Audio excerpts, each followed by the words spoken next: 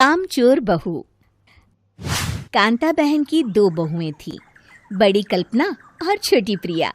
कल्पना का जैसा नाम वैसा ही काम। सारा दिन कल्पनाओं में रहती, ना कोई काम करती ना कोई धाम। अरे कल्पना बहू, जरा अच्छी सी चटनी पीस दे, आज कुछ मजेदार खाने का मन है। पेट में जलन हो जाएगी माँ जी बुढ़ापे में, और वैसे भी मेरा काम करने का वक्त शाम का है, आप प्रिया को ही बोल दो। इतना कहकर कल्पना वहां से चली जाती है। कांता कल्पना के ऐसे रवैये से काफी परेशान रहती हैं।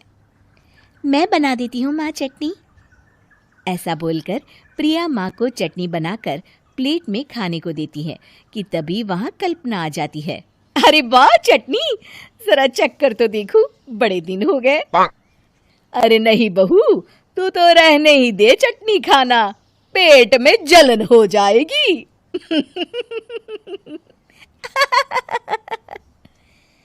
इतना कहकर कांता और प्रिया दोनों हंसने लगते हैं।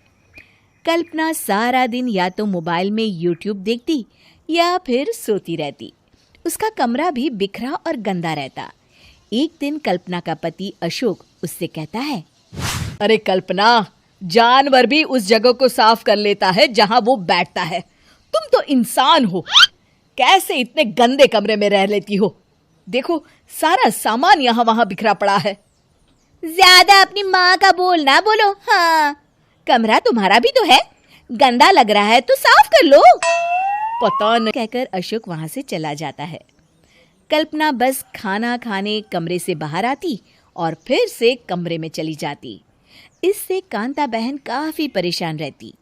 एक दिन प्रिया कांता से कहती है, माँ, मैं सारा दिन काम करके थक जाती हूँ, आप कल्पना दीदी से कहिए ना कि सुबह और शाम का काम बांट ले। मैं तो अब सिर्फ एक वक्त का ही काम करूँगी। हाँ। अरे तू वो भी ना करना, एक बहू तो कामचोर थी ही, दूसरी भी आ गई काम ना करने के बहाने लेकर। तभी वहां प्रिया का पति रमेश आ जाता है। माँ, मैं देख रहा हूँ भाभी कोई काम नहीं करती, प्रिया सारा दिन घर और रसोई का काम करती है, अब कुछ करो ना माँ। के पास जाती है। कल्पना फोन पर मेकअप करना देख रही होती है। कल्पना, तुम सारा दिन बस मोबाइल देखती हो, घर का कोई काम भी कर लिया करो। प्रिया सारा दिन काम करके थक जाती है। आज से मैंने फैसला किया है, एक वक्त का काम तुम करोगी, सुबह का खाना तुम बनाओगी और रात का प्रिया। आप लोगों ने काम को हव्वा बना रखा है। अरे पता नहीं थोड़ा सा ज्यादा काम करने में आप लोग घबरा क्यों जाते हैं। और हाँ, बहुत ज्यादा प्रिया की तारीफ मत करिए मेरे सामने, बड़ी बहू तो मैं ही रहूंगी। मैं कुछ नहीं जानती, कल सुबह मुझे वक्त से खाना चाहिए, रसोई में आ जाना, वरना कल से तुझे खाना नहीं मिलेगा। अगली सुबह कल्पना रसोई में नहीं आती है। वो देर से सोकर उठती है और बाहर आकर कहती है, अरे भूख लगी है, आज खाने में क्या है? इतनी देर हो गई, आज किसी ने मुझे उठाया भी नहीं, पता नहीं कहाँ है सब। कल्पना को घर में कोई नहीं दिखता। वो रसोई की तरफ जाती है जहां बड़ा सा ताला लगा होता है। अरे रसोई में ताला? ओ, मैं तो भूल ही गई थी। माँ ने आज से सुबह का खाना मुझे बनाने को कहा था। हे भगवान, इतने लोगों का खाना बनाना क्या आसान है? तभी घर के सारे सदस्य बाहर से वापस आते हैं। वाह माँ जी, मजा आ गया छोले भटूरे खाकर। मेरे मुंह में तो अभी भी स्वाद आ रहा है। अरे कल्पना, तेरे भरोसे रहते तो हम तो भूखे ही रह जाते। कल्पना को बहुत गुस्सा आ जाता है। अब बहुत हो गया, आज से मैं अपनी रसोई अलग कर रही हूँ, मैं अपना खाना खुद बना लिया करूंगी।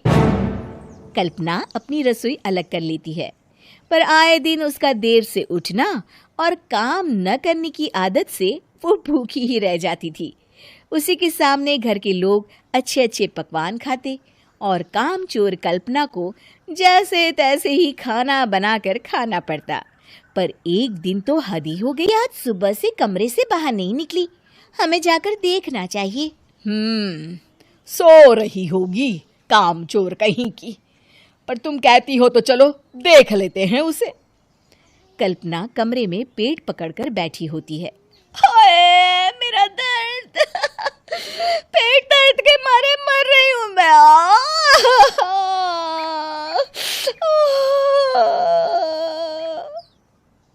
अरे दीदी क्या हुआ? पेट में दर्द क्यों हो रहा है? डॉक्टर को दिखाया आपने? माँ। कल्पना खड़ी होती है और माँ जी के पास आती है।